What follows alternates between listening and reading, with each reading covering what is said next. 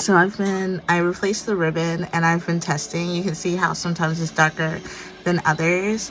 The ribbon isn't advancing the way it should, which is why it lightens. I'm trying to figure out how to fix that.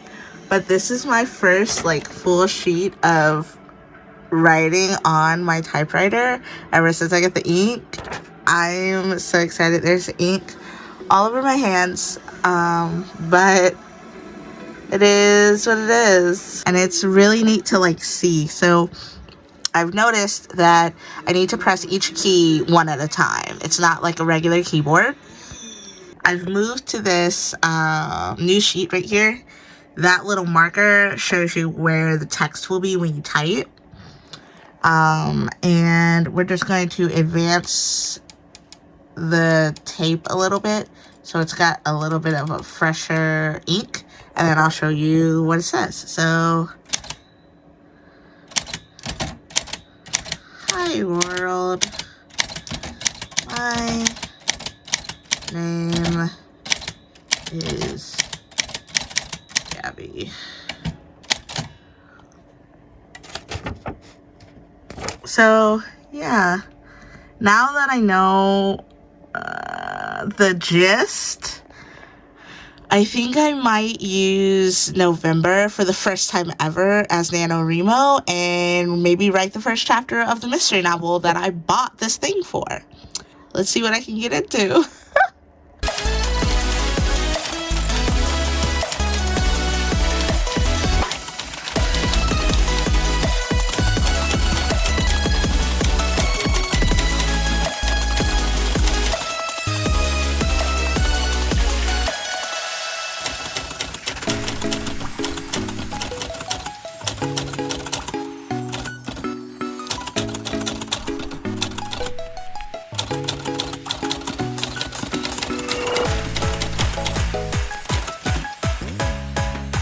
So just a little like light work. You can see how it gets darker and lighter as it goes on.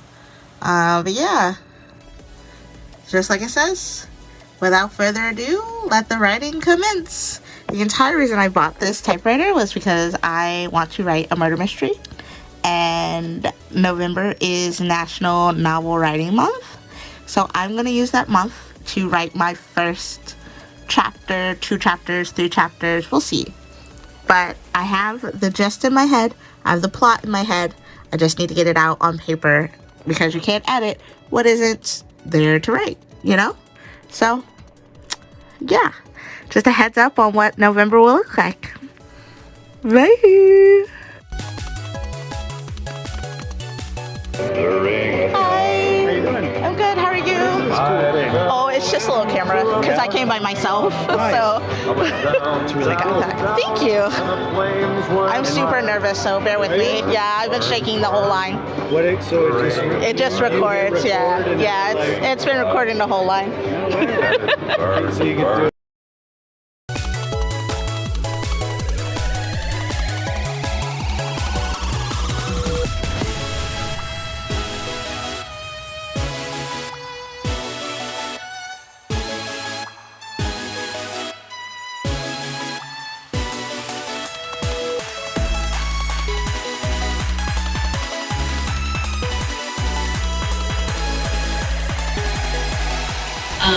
And just the way it deals with Lisa and her trauma was really, I mean, I related to some of that. I mean, not that I've had somebody slaughtered by an axe murderer, but just feeling that.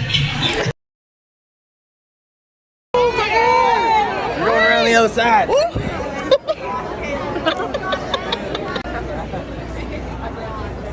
Smile! Oh my God. Perfect. This is my signed autographed copy of our photo from Horror Hound. This is Cole Sprouse. I had such a fucking blast.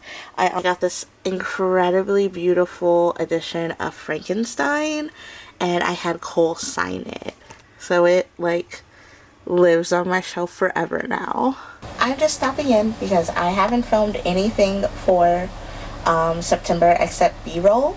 So we're just gonna kind of catch up. September was supposed to be Library-a-thon. We're about to start the second week, third week, some week in the month of September, I haven't finished anything. I haven't gone back to the book that was left over from the childhood-a-thon. I have just been slightly mood reading my way through like 18 different books, and nothing has really captured my attention. I got accepted for the third book in the Lev A.C. Rosen series called Rough Pages.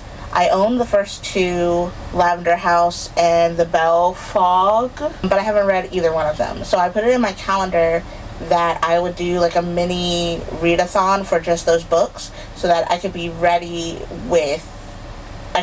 for Rough Pages, since that comes out like the 1st of October.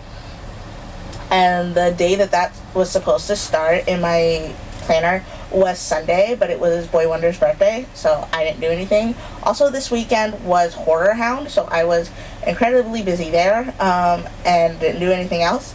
I still need to move things out of the storage unit. I still need to move things out of the old studio into the new studio. Your girl is stressed, okay? So I'm going to tell you a little bit about what I've been reading, what I've been like hopping back and forth from, and then we'll go from there. I'm currently working on the Bitterroot Omnibus.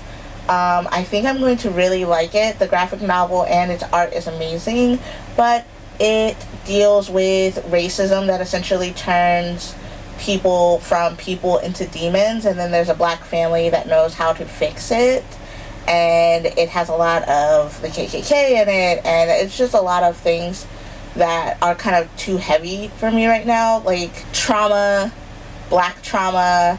Every time I turn on the news, a black child is being murdered. Like, I cannot deal with that right now. So I put it on hold. I went from that to Elevator Pitch by Evelyn Lee. I'll put her information here and the cover here. I am liking that so far. It is just kind of getting underway. I believe about 20% into that. But it's essentially a romance. And then I'm also reading Heads Will Roll by Josh Winning with the Book Girlies. We've gotten to chapter 10. That was our last cutoff point. I've reached that cutoff point, but I haven't read anything more than that. It's okay. It's basically about this woman who makes a social faux pas, and due to cancel culture, she gets canceled, and she decides to go to this summer camp in the middle of nowhere to try and gain a little bit of her autonomy back. But there's also a stalker. Honestly, 10 chapters in, I still don't really know what's going on, so we're just here along for the ride. I'm currently working on A Deadly Endeavor. Okay, this is what we're reading. Deadly Endeavor. It's by Jenny Adams. It takes place in the 1920s, I think. Essentially, you've got a girl who has horrible headaches, and dealing with that caused her to lose the quote-unquote love of her life. He went off to war, came back a different man. She was dealing with her issues, didn't really get into contact with him. He decided that however long they'd been separated was enough time, and decided to marry her sister. And she's like, oh, it's not a big deal. My sister deserves happiness or whatever. I'm not saying your sister doesn't deserve happiness, but come the fuck on, bro. And everybody's like, oh, well, you have to be married off. You have to do this. You have to do that. I don't have the time. I don't have the patience. This is supposed to be sort of sapphic and progressive. I need them to get to the progressive part. 11. I'm 11% in, 39 pages. I haven't really gotten anything that's giving me a heads up. We don't have our dead body. We don't have anything yet. So I just really need this to hurry up, or this is going to become a DNF or a soft DNF soon. We are going to start Lavender House and the Bell in the Fog.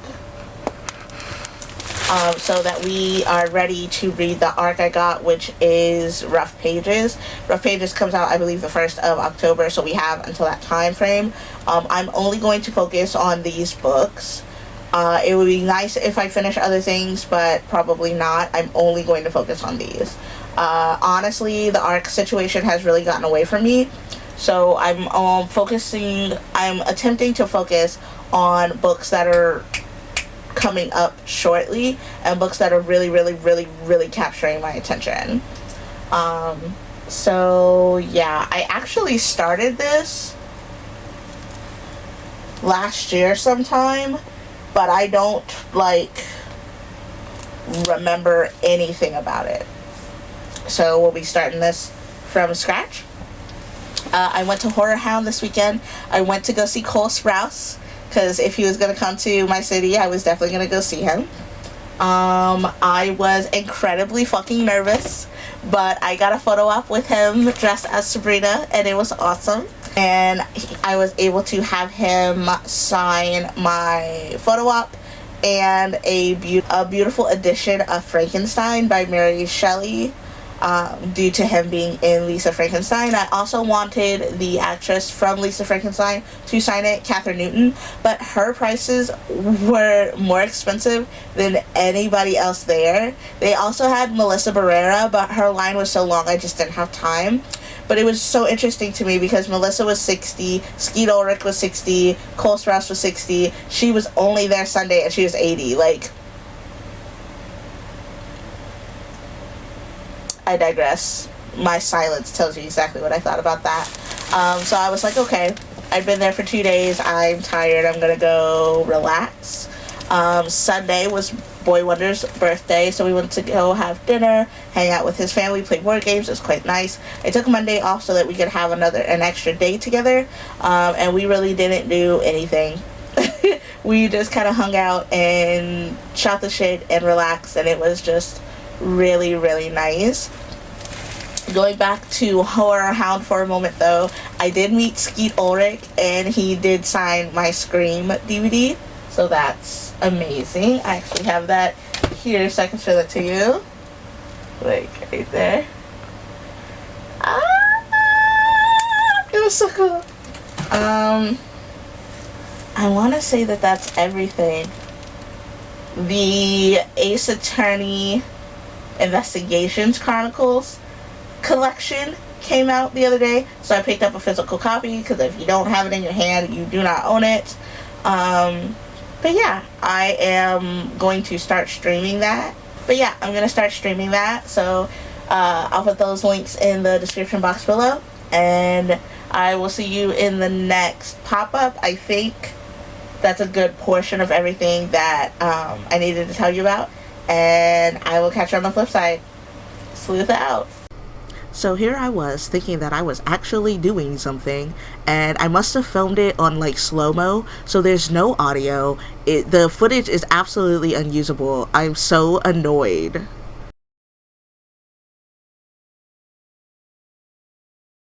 Hey, so I'm just popping in. I look crazy, sorry. I'm getting ready for bed. But I have been working on The Lavender House by Lev A.C. Rosen all day. This is how far I am. I started at 0. So apparently I got this book for the library on my Kindle ages ago, and I got to 12%, but of course I didn't fucking remember anything. So I just started from scratch. I also had the physical, and I thoroughly downloaded it off Kindle Unlimited to read on the Kindle, and I have been. But I've been swapping back and forth, which is so weird to me because why? I don't know. I don't have an answer. But I was at work. I started with this. The Kindle was actually almost dead. It was at 10%, which it's never been that fucking low ever. So that was wild. So I think that's why I started. But I am over 100 pages in, 112 pages. I'm really liking it. The longing and aching to have a place to be queer and accepted in a time frame where there were literal raids to throw you in jail if you were, is very interesting. The mystery is also kind of popping off. You're following a disgraced police inspector who was caught doing indecent things during a gay bar raid. He is disbanded and he is going to, drink himself to death and then go hop in the river. He is saved by the matriarch of a very rich family who comes to let to inform him that she wants to hire him to figure out if the death of her wife was murder or an accident. And then the story kind of evolves from there. I don't want to tell you too much because I fear it could be spoilers, but I'm almost 50, I'm about 40% in, and I read all of this today. Like, I started from scratch, and I'm 112 pages in. Work has been really slow lately, so I've been moving through these. The last time I was on, I think I talked about Heads Will Roll by Josh Winning. So even though that's the only book that I finished this month, I feel good about the chances to finish these and get rough pages done before it is published. So I have this, and then I have The Bell in the Fog, which is book 2. And then I have Rough Pages, which is an e-arc that I received from NetGalley, and that is book 3. And I believe that comes out on the 1st of October, so I still have a little bit. Oh my god, I look crazy! Anyway, I still have a little bit of time. So, yeah, here we are. This is what I've been reading. And I'm really loving it so far. I like the writing style, and I like Evander's voice in this. So I hope it gets more and more clear as we go through the novel. And as someone who is queer, this speaks to me on a lot of levels. A lot of levels. So if you haven't read it, or you were on the fence about reading it, I'm 112 pages in and I'm loving it. So maybe read it with me. I don't know. Okay. It's the 20th. It's 12:58 a.m. I'm taking my ass to bed. Sleuth out. Hey, so today is the 27th. It's Friday at 12:16. I'm coming back in because it's been a little bit and I have some catching up to do. I filmed a great review of Heads Will Roll by Josh Winning, and I was super excited about it. Went to go edit it and found out that that bitch has no sound, and it's filmed in slow-mo. The frustration of that pushed me from filming anymore, so I now have 3 books to talk to you about. Let's start from freshest to oldest, because the way my brain is working right now, right? So today I completed Elevator Pitch by Evelyn Lee. It's one in a new series called Hapless in Love Book Club, or something to that effect. I received the ARC and I was so grateful. While I really loved the book, I gave it like 4.5 carats. It was so long. I don't understand why these books need to be this long. There's no reason a romance should be 440 pages. 440 pages is maniacal. It's absolutely ludicrous. 77 chapters is lunacy. Like, why are these novels so long? It just doesn't make any sense to me. And a lot of the writing, especially once she gets into her groove, are kind of repetitive. So why was it necessary to make this novel 440 pages? I just do not understand. That was a big chop from 5 carats, because the romance in this was everything. We have a pleasure dom, we have a girl learning the ropes, we have a girl who's neurodivergent. She is trying to be more comfortable learning how to deal with her anxiety and her ADHD after being in a abusive relationship. She creates a fuck it list and finds this super hot neighbor named Grayson to help her fulfill these activities. It was so cute, and the spice was perfection. Gave it 4.5 carats. The book that I finished right before this is called Lavender House. And if that sounds familiar, it's because it's the first book in the Evander Mills series. And the whole reason was that I read this was I wanted to read the first 2 books before the ARC comes out, which is the 1st of October. So I finished Lavender House. I gave it 4 carrots. You follow Evander Mills. He is a police inspector who has just been fired because he was found during a gay bar raid. This takes place in the time frame where queerness is not allowed, and if you are caught fornicating, then bad things happen to you. Because he had been such a good police officer, ACAB, good police officer, they kind of let him go with a warning, but he can no longer work in his chosen profession.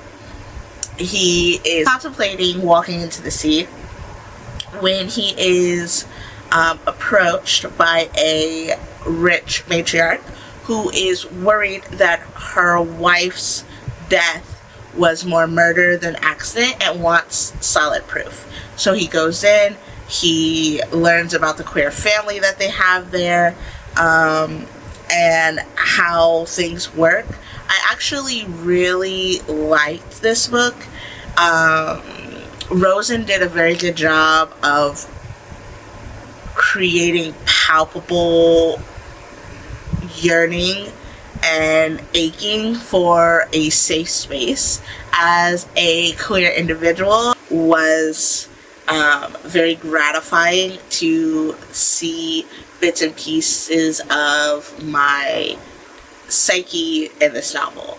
I really liked how it ended, and I gave it 4 carrots. I'm currently reading The Bell in the Fog, which is book 2. I am 16.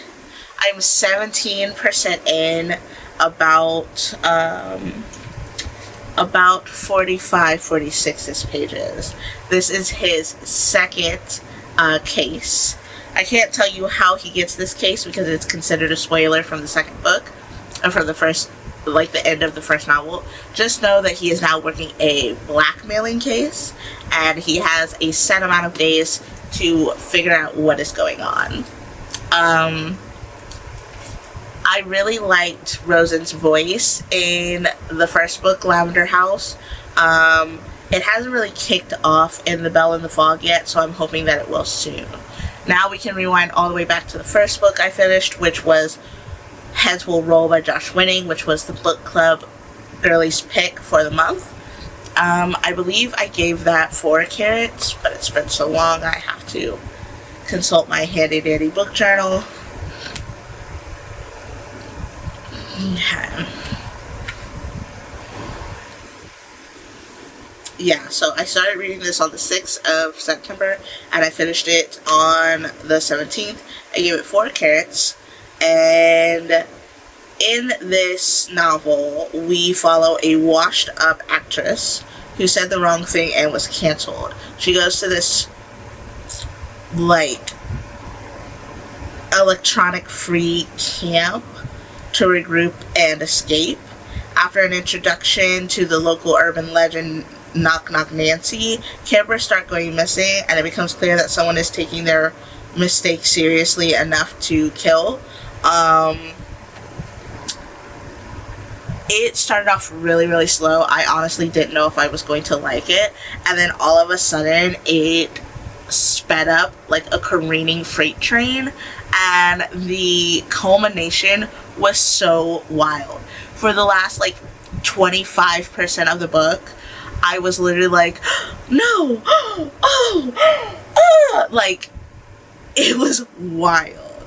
However, there were just some things that didn't mesh well for me, and that's what brought down its score. If you've read it, you know what I'm talking about, especially towards the end once things start getting explained.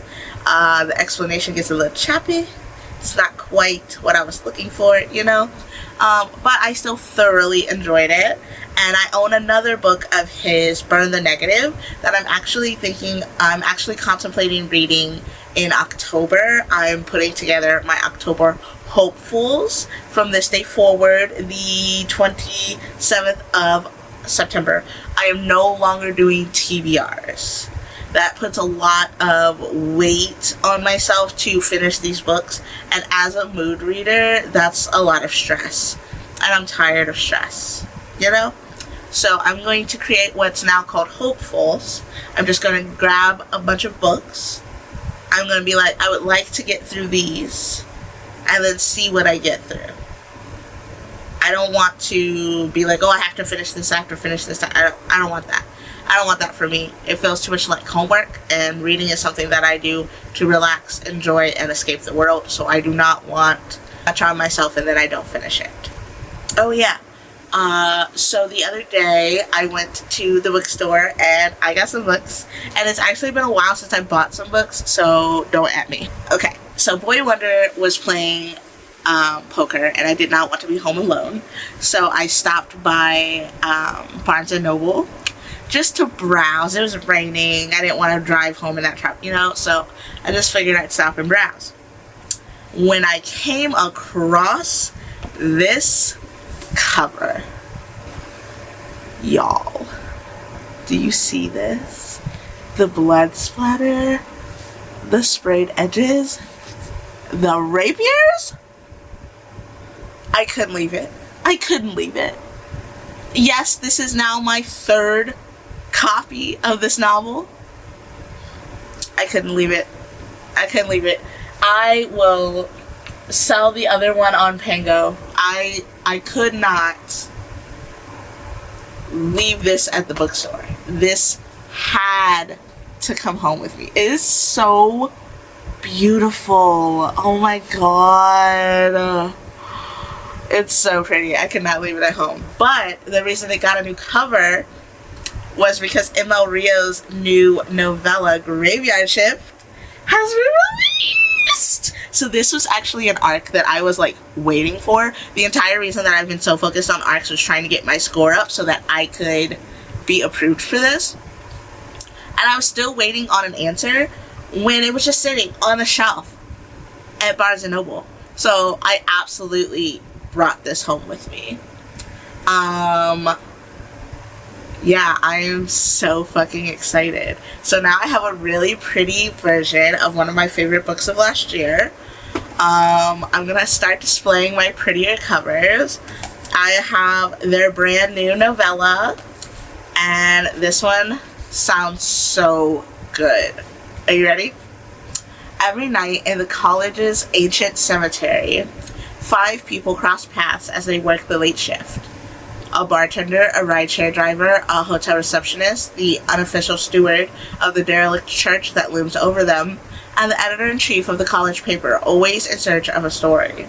One dark October evening in the defunct churchyard, they find a hole that wasn't there before. A fresh, open grave where no grave should be. But who dug it? And for whom?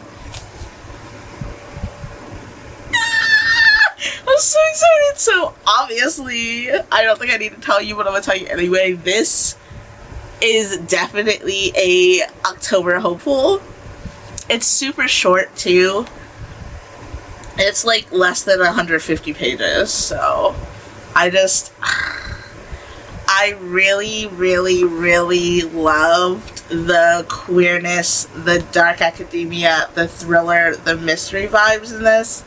And I cannot wait to see what she does in a slightly different format. I'm so, so, so excited. The last book that I picked up is called This Book Kills by Ravina Gurin. It says, she wrote The Perfect Murder, one of her classmates carried it out, now she's next. So this book has actually been in my TBR for a very, very, very long time on Goodreads, but it never had a release date and nobody could tell me when it was coming out. And then I saw that it was on NetGalley and I was like, okay, I'll request it. And then again, I never got a response. Like, it's fine if I'm rejected for it, but to never get a response and it's just sitting there, you know? And I'm like, okay, well, cool. I will just keep an eye out for it and eventually I'll get it. And I never did. So then I go to Barnes & Noble and boom, it's right there on the shelf. Instant pickup. It's thick though. It's got 356 pages in it. So those are the newest, latest additions to my shelf. Like, I cannot get over how pretty this is. Ah!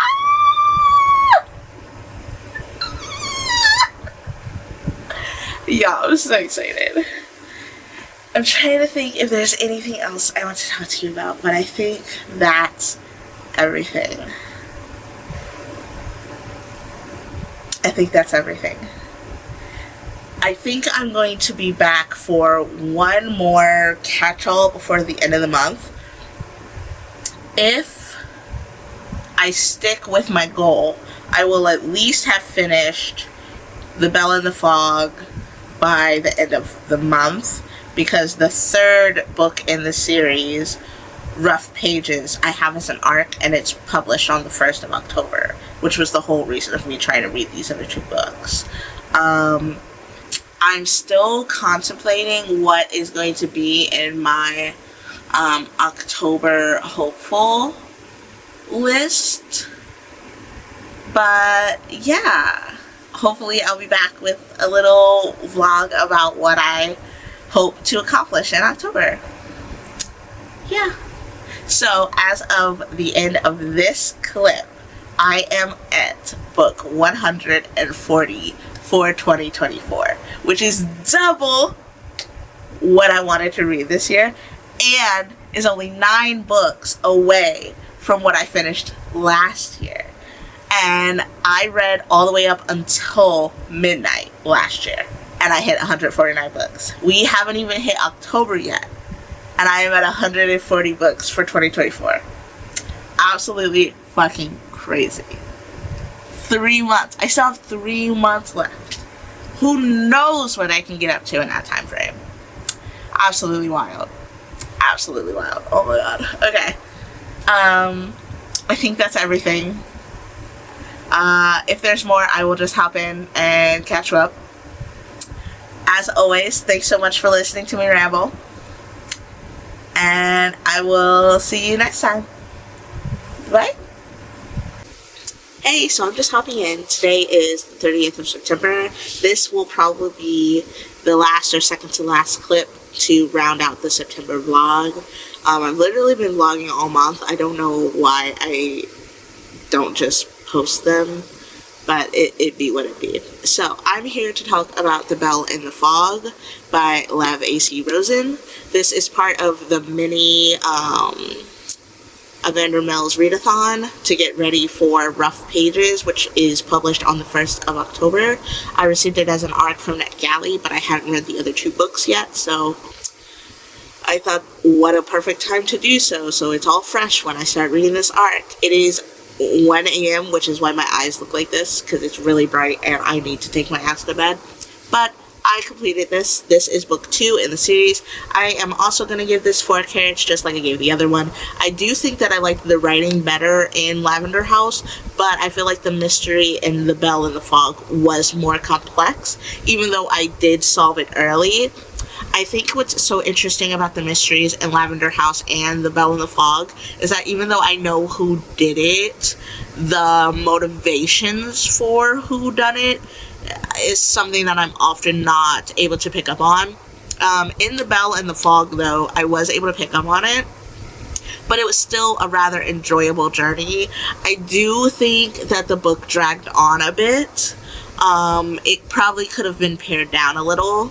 It kind of got repetitive towards the end. There are 14 chapters in this. I think it would have been okay with like 10. But yeah, essentially Evander has struck it big now. He's just fresh off the other case. Elsie has given him a place to stay and an office on the 2nd floor of the Ruby, and he is going to be her in-house gay detective to help gay people with any problems that they might come across. However, it's not going too well. He's having a lot of clients that aren't paying a lot and don't really have like big cases for him to solve. And then one day he gets there and he has a new client, but the client is a very, very, very, very old friend, and it drags up a lot of memories that he thought that he was over, and now he must help this. I don't know if that's a spoiler.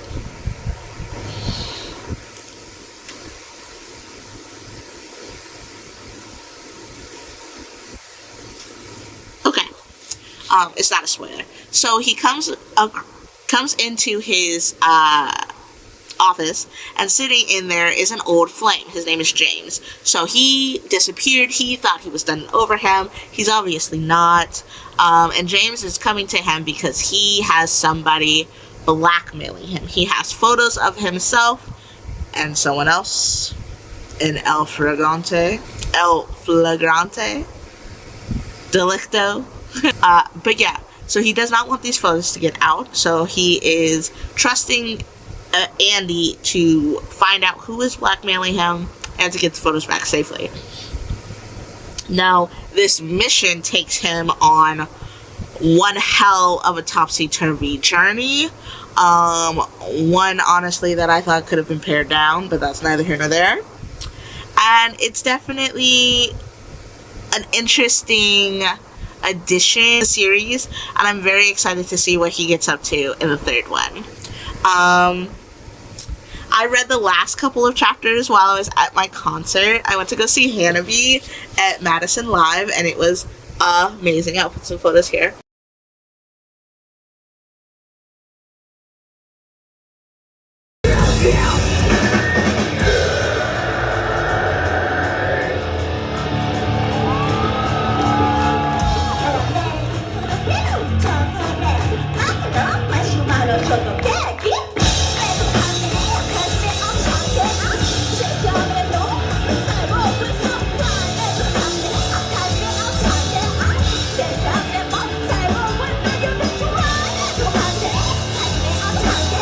But yeah, this is our latest finished book. This is book 141 for the year. You're gonna see me shortly, probably in the same attire because I'm tired. And it'll be our October hopeful, so you'll know what I plan on reading in October. But yeah, this is probably the second to last clip you'll see me in. I think that I am going to finish Rough Pages within the next 2 days, and that'll probably round out the blog. If not, this is the last clip, and I will see you in October. Sleuth out. Bye!